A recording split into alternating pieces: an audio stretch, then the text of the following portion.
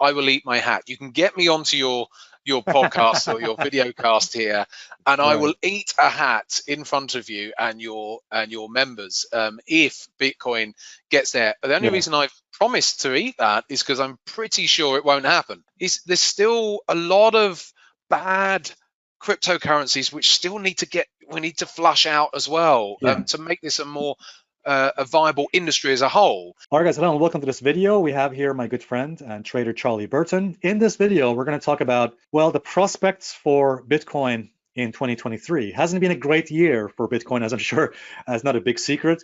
2022 has by far been one of the worst years for Bitcoin. But what about 2023? What does Charlie think? And what would need to happen for Charlie to have, let's say, a positive or optimistic view on Bitcoin, assuming he doesn't have one already? What does he think overall? Let's get his view on the crypto. Join us.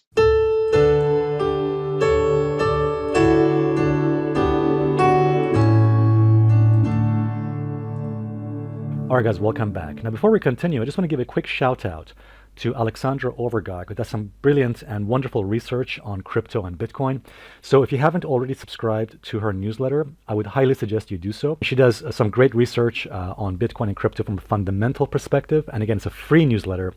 Do check it out. I'll put the link for you guys in the description. If you like it, please subscribe to her newsletter. She publishes every month, and I think it's certainly worth the read. All right, guys, welcome back. Hello, Charlie. How are you doing, by the way? You good? Yeah, all good. And like yourself, just working our way into the last few weeks of December. I think that people often see December as, oh, I'll just take the month off or whatever. But quite often there's still quite a bit of market movement around right away, you know, through a large degree of, to a large extent of December. So, yeah, it's not over yet. Yeah, absolutely. Yeah. And you got your Christmas tree up yet? You got one of these up? Yeah. Oh, my wife put them up in September. No, I'm joking. She put them up in late November because we've been busy every weekend. That sounds good. Charlie, let's get to the main part of this video. So obviously 2022, this year, has been by far a terrible period for Bitcoin. Now, I should say you got ahead of me on this point. You said that Bitcoin could fall to the 20K level way before I did. So you were spot on that call. I think you said this when Bitcoin was around 40K. I think Bitcoin was around 38K or near 40K when you said that many months ago. So well done to you, by the way, on that, Charlie. My view was that if Bitcoin falls below 37K, then yeah, 20K, 22K, very likely. Now it's obviously fallen below 20K. We know that.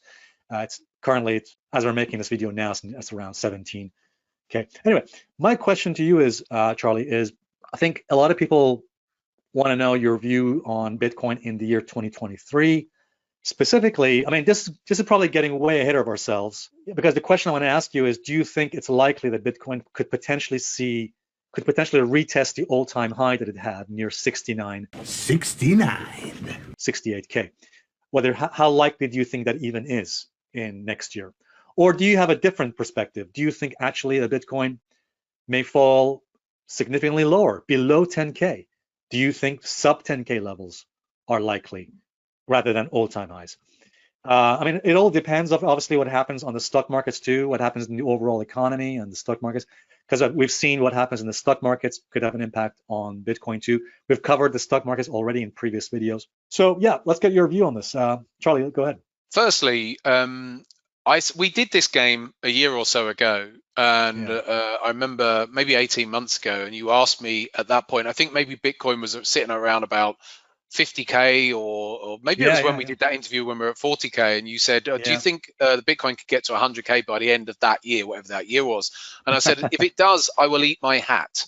So, and I'm going to say that again, that in 2023, if Bitcoin goes to new highs, I will eat my hat. You can get me onto your podcast or your video cast here, and I will eat a hat in front of you and your members if Bitcoin gets there by the end of 2023. Because all joking aside, you have to look at the technical damage that's gone on, but also from a fundamental and a sentiment perspective as well. There's been a lot of damage gone on. A lot of investors will have thrown in the towel over this past year with regards to the crypto universe.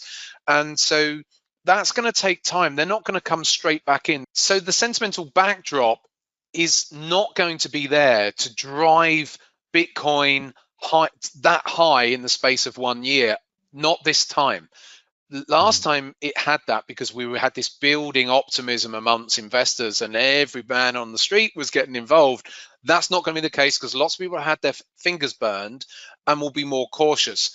So I don't see that Bitcoin would go that high in the space of the next 12 months. It's no guarantee, and if it does happen, I'll eat my hat, as I've already said. But I don't see that happening. I don't think that the investment backdrop's going to be there. I think that some funds have come out of that space because they've had their fingers burnt as well.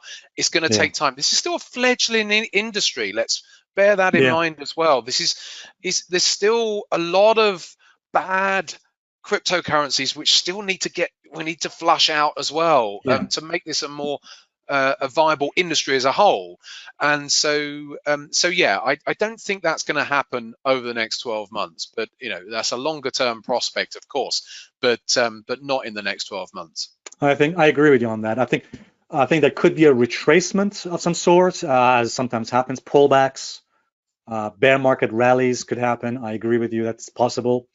Sometimes bear market rallies can be very strong as well. By the way, you mentioned something to me before we did this video, which I think I want to share with everyone else as well. But going back to something you just said earlier about eating a hat, I remember there was an interesting guy. I think he's the host, one of the hosts of Breaking Points on YouTube. I think his name is Sagar and Jetty, and he made a bet on something. I don't remember what the bet was, and he said if he's wrong, he'll eat a hat. And he actually was wrong on something.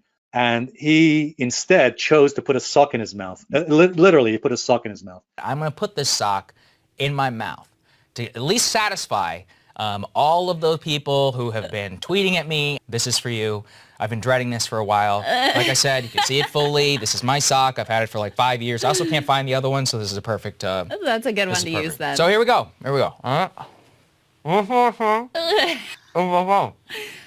So.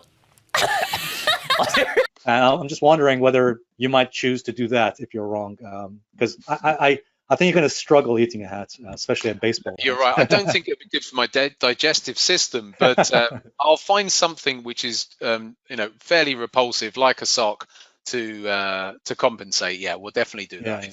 But I say we'll definitely do it. The only reason I've promised to eat that is because I'm pretty sure it won't happen. Yeah. Well, you've been right on your calls on Bitcoin in the past, so you might be right at this one as well. Charlie, but let's go. You mentioned something interesting to me before we started this video, which is there was some headlines, the front page of some newspapers. Tell us more about that, because they seem to indicate extreme pessimism, extreme negativity and bearishness on Bitcoin. And what were they saying to you? And can you share that with us? Yeah, the Economists put one of their publications went out just recently, just a couple of weeks ago from when we're filming this today, with the front page cover saying crypto's downfall. And then literally just a few days ago from us recording this, the Metro newspaper in London had a front cover article saying the demise of crypto or something like that as well. So when you start to see journalists writing like that, journalists are just human beings like the average Joe on the street when it comes to the markets. So they'll very often decide to report on something once the move has already happened. And once there's an extreme feeling, because they're picking up on that feeling as well, and then they go and write about it.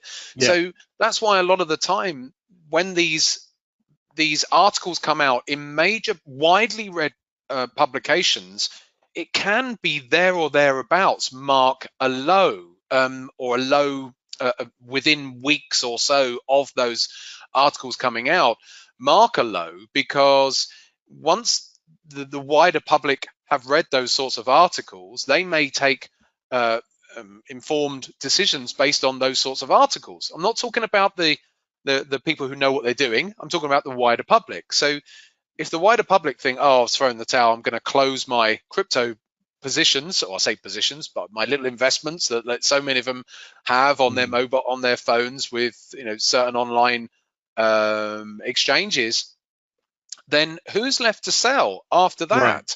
And so that's what can help create a bottom. And so I'm quite tentative towards Bitcoin next year. Of course, even if the lows that we've seen recently on the fallout of FTX, if they were to hold, let's just say if they were to hold, then I still don't have great expectations for 2023, just because a lot of people have had their fingers burned and they won't be coming back in until they see more evidence of, because they've seen bear market rallies before now. They've now seen that. They won't believe it.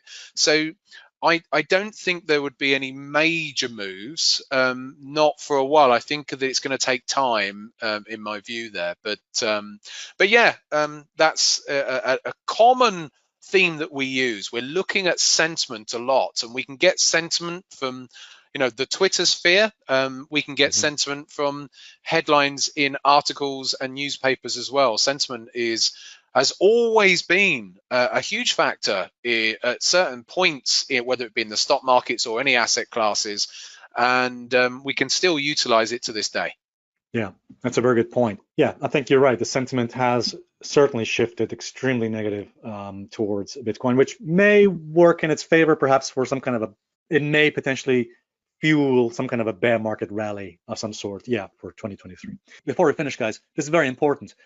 Charlie Burton has a fantastic offer, and for those of you who haven't taken it up, please do so, because this offer expires at the end of this month, at the end of December. So essentially, for a limited time, by the end of this month, you can get 30 days free trial of Charlie's gold level membership. For full details, go on this link. So go on this link you see here. When you go on that page, then apply this promo code. Promo code is LT30 days, and this brings down the price to $0. Again, free trial for 30 days, and the full details are there. Charlie, can you just explain for people what they get in this in this particular in your gold level membership? What's involved?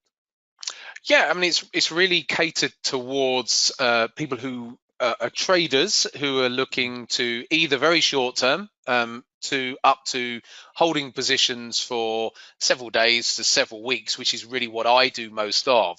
So I have an online trading room, and members can access and come in anytime they want, even if they have full-time jobs. Many of our members have full-time jobs, so they can't necessarily be there live all of the time. Every single session that we do through the week is recorded, so people can come in at any time and watch the recordings. What people are getting is a huge amount of education within the online and analysis with every single day within the online trading room, and people can see me and can trade along with me as well when I'm taking my trades. Thank you very much. Thanks, Charlie. Really appreciate it.